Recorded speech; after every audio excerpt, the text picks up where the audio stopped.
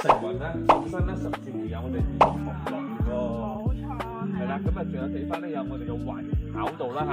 咁除咗我哋嘅一啲公寓啦、住宅產品咧，亦都喺度在售緊嘅嚇。唔係咩樓景，唔係咩跳馬路嘅景，而係望翻成個花園嘅景觀啦。咁依家目前嘅7樓呢個位置咧，就同啱先嘅價格咧，肯定係會大翻好多，翻好多。所以甚至乎你買雙人床嘅，即係酒店嗰種兩個單人床、兩個雙人床咧，完全個位唔足。歡迎收睇惠州文定 channel 話 Hello，大家好，我係小車 Evan 啊。Hello，大家好，我係志強 A。嗱，咁啊啱咧就參加咗我哋呢個百日衝刺嘅呢個大會啦。咁啊，因為咧仲有100日左右時間咧，咁我哋嘅3座、4座、6座咧，嗰啲業主咧就可以收樓啦。咁啊，大家都等咗有年幾啦，終於等得翻嚟啦嚇。咁啊，冇幾耐咧，我哋亦都可以揀翻車位啦喎嚇，非常之強大啦。咁啊，今期節目咧係主要上同大家介紹翻呢一個公寓嘅產品嚇。咁依家就喺我哋公寓嘅樓下啦。咁呢一邊有我哋嘅一個會客廳係啦，咁我哋左手邊咧係我哋嘅業主keep fit 嘅地方，相當於係一個4型嘅會所咁樣解啦。係啦，咁有一個健身房咧，咁可以免費咧俾到我哋業主享受翻嘅嚇。咁呢邊咧亦都嚟又俾到幫嘅一啲健身嘅地方啦。嚟講咧，我哋其他嘅業主咧，譬如話我哋公寓嘅業主咧，目前咧都仲係可以免費俾我哋一啲業主享受嘅嚇。係啦。咁我哋公寓咧，好多啲朋友都知道啦。咁其實好多啲樓盤啲公寓產品咧係冇花園啦，甚至乎冇配套啦。咁啊睇翻呢一個樓盤咧，唔單止有配套，仲可以嚟翻左手邊通往去我哋嘅花園呢邊咧，散步啦、成雲啦、健身啦，甚至乎有我哋兒童樂園喎。冇錯。係啦，咁啊仲有睇翻咧有我哋嘅環跑道啦嚇。咁除咗我哋嘅一啲公寓啦、住宅產品咧，亦都喺度在售緊嘅嚇。咁啊大家清楚，9座依家加推嘅情況之下咧，亦都係有成10幾20個呢個香港業主咧係已經係認購咗㗎啦。啊，咁亦都恭喜咗咁多粉絲朋友啦，因為你先揀咧就可以先揀車位，就可以先揀你自己中意嘅靚樓層啊。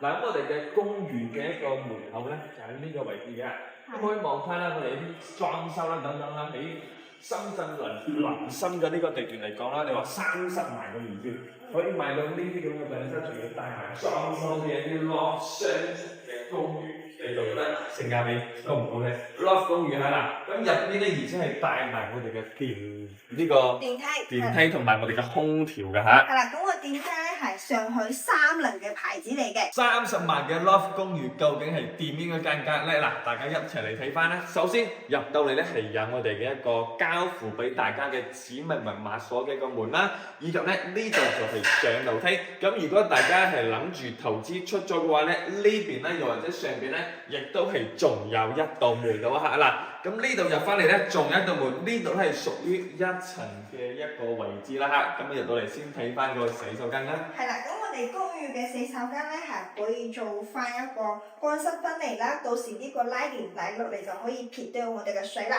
咁空間咧轉個身係完全冇問題嘅。咁如果肥啲嘅朋友可能就問問底嘅啦。係啦，咁馬桶咧係呢個位置，咁如果肥啲嘅朋友咧完全都 OK 嘅，係啦。再肥啲就可能就唔得啦，因為空間係有限啲嘅。咁我哋嘅洗手台、鏡櫃，仲有我哋嘅熱水爐嘅，設喺呢個位置，係啦，設喺我哋嘅衛生間嘅位置啦。大家要知道呢個問題係啦。咁翻我哋呢個餐廳先啦，餐客廳啦。咁呢度嘅話可以望到啦。咁由於公寓咧係唔可以通熱氣嘅嚇，咁所以咧就俾咗我哋一個櫥櫃呢啲咧，就大家就只能夠用電咧嚟呢個煮食㗎啦，電磁爐煲湯啊、炒餸啊、煲飯呢啲冇問題㗎。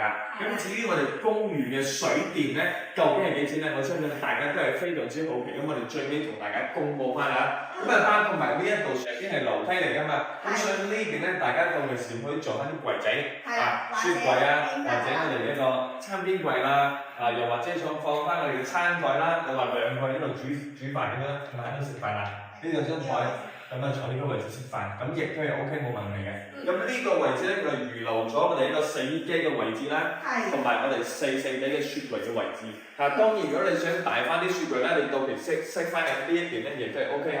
係啦，到翻我哋呢個客廳嘅位置啦，咁空間咧係可以擺得自排個梳化。擺個3人嘅一個梳化冇問題嘅嚇。係啦，擺個茶幾位置鋪翻個氈，坐喺地下食嘢都 OK 嘅。咁呢個位置咧係擺翻我哋呢個電視機嘅位置啦，大概55寸嘅空間 OK， 完全冇問題。咁嗱，30萬嘅公寓咧，唔係咩樓景，唔係咩馬路嘅景，而係望翻成個花園嘅景觀啦。咁依家目前嘅7樓啦，好似呢啲咁嘅單位嘅話咧，仲有幾套係可以俾大家選擇翻一個樓層嘅。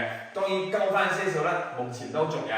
咁呢一邊咧係作為我哋嘅一個飄窗嘅位置，係贈送到俾我哋嘅，亦都係利用翻攞嚟咧做翻呢一個梳化啦、梳化墊啦，都其實可以放翻個氈喺上邊啊，到時先貼翻個圖喺上邊啊。係啦，咁我哋呢個公寓咧係有2層嘅設計，買1送1咁樣嘅空間啦。係啦，嗱呢度咧就行樓梯上嚟嘅，上嚟之後咧仲有一道門，所以你攞嚟出租嘅話咧就當2層咁玩都 OK。又或者你自己住，下邊做客廳，上邊作為自己嘅房間，亦都係非常之唔錯嘅選擇。最重要係咩咧？2樓係唔會頂頭啊！你聽我1.82米嘅身高，再伸隻手仲未到頂，你就話呢個2層高唔高啦？冇錯啦，咁我哋去其他路盤都係要關注呢個腰咧，腰係伸唔直嘅，咁我哋嘅手仲有空間，仲未碰到我哋上面嘅呢個天花。深圳南約嗰邊啦、龍崗嗰邊啦，都有啲咁樣嘅30-40方嘅一啲公寓，最低都要講緊係70到80萬左右嘅嚇。咁呢度30萬最係相隨俾到大家。咁呢邊咧，如果你話大家作為個客廳，又或者作為個房間攞嚟使用咧，2.8米床係可以做到3邊落床。仲可以整一排布嘅衣櫃咧，亦都係 OK， 相當於百零方嘅嗰啲主人間咁闊㗎啦，呢個位置已經係 OK。咁啊嗱，呢度望一望先，都係望翻花園，亦都係有個窗咧，可以俾到大家採光、通風都完全冇問題。而且咧，佢係有對流窗㗎嚇。咁呢個位置咧，作為一個廚房嚟講咧，有啲朋友仔咧就會將佢拆咗，亦即係啦，因為我哋1樓係已經有廚房㗎啦嘛。咁咧上邊如果你真係攞嚟瞓覺咧，就可以將佢拆咗，咁樣個空間就更加大，可以做翻衣櫃或者床頭櫃亦都得。咁啊嗱，呢個4間我就先睇你識到啦。因為我呢個身高咧同埋個身材咧同埋 M 咧，雖然講我係都係咁瘦嘅咧，我又高啲，手又長啲，可以轉個身望一望。咁啊洗手間位置咧，你話到時拉個鏈咁樣啦嚇，咁啊太闊嘅空間就冇，起碼夠轉身。咁馬桶位置嘅話咧，坐咧都係 OK 冇問題嘅。咁樣坐翻冇咩問題啊，基本上就係咪先？咁啊，如果你話肥啲咧，可能就難定啲咯。不過前邊都仲有些少呢個空間喺度㗎。係啦。再肥啲嘅朋友可能空間就慢慢地。咁啊，到時個鏡櫃啊，呢啲都全部都齊晒㗎。全部呢啲都係有包裝收㗎。係啦，我哋仲有一個休息區。咁呢個位置咧係台階係我哋發展商嘅加固標準嚟嘅。咁如果唔需要呢個台階咧，可以扶平。係啦，扶平咁到翻我哋呢個位置咧，可以做翻個衣帽間啦，或者你做一個辦公台，或者你中意打機嘅呢個空間係最啱你嘅，我覺得。咁呢度佢都係有窗，所以2個窗打開嘅話咧，全部都係對流窗嚟㗎。咁呢邊咧就暫時係望翻出邊嗰個空地嗰個位置為主啦。咁呢個位置咧其實係贈送嘅，呢個位置就啱先我哋入門口嗰個走廊位置嘅上邊，所以呢一個位置咧完全贈送嘅，作為工作室、做房間亦都係 OK， 衣帽間亦都得。咁呢一種間隔咧，就係30到31-2萬左右嘅一個總價格啫。咁大家如果你想按揭嘅話咧，亦都係可以，不過首期會上些少高，要50%嘅首期。咁你嘅利率咧就會喺4.0到4.2左右嘅一個利率嚟嘅嚇，因為商業嘅一個按揭嘅利率咧係稍微會高翻些少。咁至於管理費、水電夠幾多錢咧？我哋去下個單位再講啦。OK，let's go。嚟到8樓呢一套咧係屬於單邊位，咁呢邊咧亦都係有個窗嘅嚇，係啦，咁啊所以斜風嘅效果咧會比較好啲。8樓嘅812單位啊，咁啊呢一個咧係單邊位，所以佢嗰個平方數咧係49方。啱先嗰個咧產權面積係40方嘅，呢一個係49方嚇。有到嚟之後咧，右手邊有個透明採光窗咧、飄窗咧都係有嘅。呢度咧亦都係有道門入翻嚟之後咧，係作為一個操作台呢個櫥櫃嘅位置啦。咁包括埋呢後邊咧，亦都有個透明採光窗，包括埋飄窗，所以呢個感覺上嘅空間會大翻好多，而且單邊位嘅優勢唔單止係個空間會更加大，而且咧佢有個透明採光窗嘅洗手間啦。係啦，咁我哋呢個洗手間咧係多咗一個窗可以通下風嘅。咁再過嚟我哋乾濕分離咧會以大少少。上邊呢個咧可以放翻自己雜物啊、沐浴露啊，係啦紙巾。咁呢個位置係熄翻我哋嘅熱水爐，插蘇已經幫你熄好翻噶啦。馬桶位置咧空間咧同啱先我哋嘅完全都差唔多係啦。咁洗手台、鏡櫃防水盒都已經熄好翻啦。咁呢邊咧都係帶埋天窗梳家扶都冇問題啦。咁呢度咧可以轉個身望一望先，係啦。咁呢個位置你亦都係可以做翻呢個雪櫃或者定製櫃雪櫃喺呢度亦都係可以嘅。咁一樓呢邊作為個客廳嚟講嘅話咧，呢度都成有個10平方左右㗎啦。因為你呢有一排全部放翻我哋嘅一個sofa OK，咁呢邊就放個4至6位或者2個人嘅嗰種餐台嘅話咧夠用。畢竟買翻公寓咧，其實好多啲觀眾朋友都係諗住2個人住啊，或者1個人退休入嘅地方係嘛？係啦，咁我哋呢個位置咧係60cm 嘅飄窗位置都係贈送俾大家，上面鋪翻我哋嘅梳化墊，下午係呢個休閒嘅行動非常之不錯㗎。係啦，你景觀咧一模一樣望向我哋嘅花園景觀，好正啊！嗱，咁而且單邊位嘅景觀嘅話咧，就會可以有好多，包括埋左邊呢一邊咧，亦都係望得到出邊嘅喎啦。咁就算8樓咧，亦都唔會咁多船環口位咧，景觀咧亦都係唔錯嚇。嗱，咁我哋而家上翻個2樓嘅間隔睇翻有咩唔同啊？咁呢度咧，其實我哋有啲業主咧亦都會攞嚟做翻呢一個鞋櫃位置，set 翻個鞋櫃咁樣都 OK 啊。咁呢邊上嚟咧就上翻2樓嘅一個位置啦。咁大家到期時你驚咩嘅話咧，其實亦都係按個扶手咁樣都可以嘅嚇。咁嚟到2樓啦，咁咧係作為我哋房間啦。咁呢個位置咧就同啱先嘅間隔咧，肯定係會大翻好多，翻好多。所以甚至乎你擺雙人床，亦即係酒店嗰種2個單人床、2個雙人床咧，完全夠位，仲可以一排嘅衣櫃啦，放翻電視啦，亦都係望翻我哋嘅花園為主㗎嚇。係啦，咁我哋呢個採光性咧非常之通透啦，又可以通風。係啦，咁再睇翻頭邊嘅呢個位置先。大家有冇發覺呢度咧係冇我哋嗰個廚房櫥櫃嘅嚇？咁呢邊再睇翻洗手間啦。係啦，咁我哋呢個洗手間咧依然都係有個窗可以打開通下風嘅，空間咧係完全冇問題啦。馬桶位置、洗手台、鏡櫃，仲有我哋熱水爐嘅插蘇已經幫你熄好翻啦。咁嗱，我哋嘅櫥櫃咧就係熄翻喺呢度。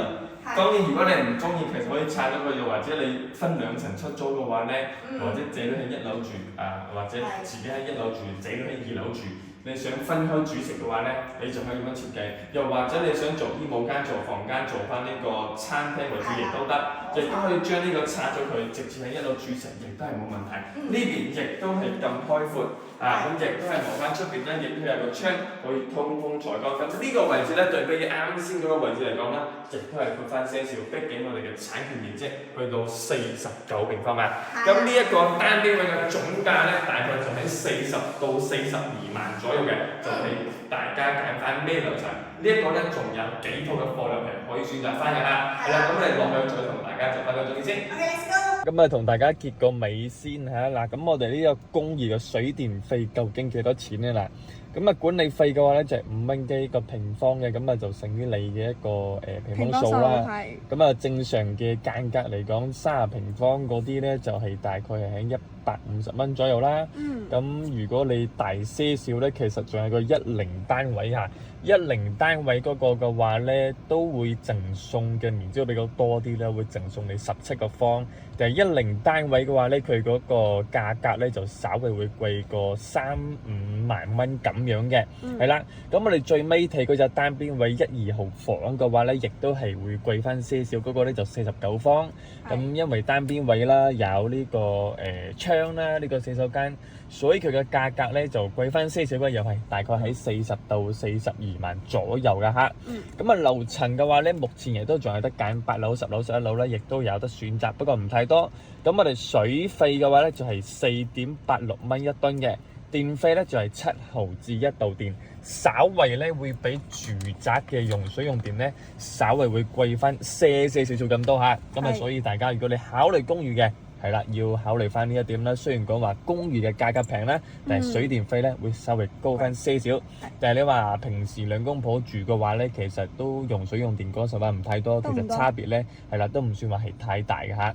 咁如果大家要考慮到按揭嘅話咧，公寓嘅首期咧係要去到50%嘅嚇，咁啊利率咧亦都係要去到成4厘咁多喎，而且商業貸款只能夠貸10年嘅嚇，咁大家亦都要考慮翻呢一點啦。咁目前成一座公寓嘅剩低嘅貨量咧，可能大概就係喺10套左右嘅啫。係啦，咁所以如果你話對呢一個樓盤嘅公寓有興趣嘅話咧，可以添加上方嘅呢個微信 WhatsApp 啦，係啦，咁我哋咧係唔會逼單，更加唔會套樓嘅嚇。咁啊有興趣嘅朋友仔咧，亦都可以上嚟，我哋帶大家睇翻周邊嘅環境啦，再感受下呢一個14號地鐵線咧究竟有幾快，好嗎？好啦，今集節目就到呢度，咁我哋下期節目再見啦，拜拜。